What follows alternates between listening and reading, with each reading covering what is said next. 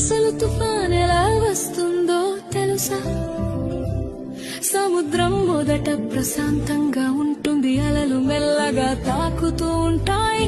కానీ సూర్యుడు బాగా వేడెక్కితే సముద్రపు నీరు కూడా వేడిగా మారుతుంది. ఆ వేడి నీటి మీద ఉన్న గాలి కూడా వేడి అవుతుంది. పైకి ఎగురుతుంది, గాలి పైకి ఎగినప్పుడు కింద ఖాళీ అవుతుంది. అప్పుడు చుట్టుపక్కల చల్లని గాలి ఆ ఖాళీ నింపడానికి వస్తుంది. ఇలా గాలి ఎగరడం దిగడం మొదలవుతుంది. అలా తిరుగుతూ తిరుగుతూ ఒక పెద్ద చక్రంలా మారుతుంది. మొదట్లో అది సాధారణ మేఘంలా ఉంటుంది, కానీ కాసేపటికే ఆ మేఘం చీకటిగా మారుతుంది.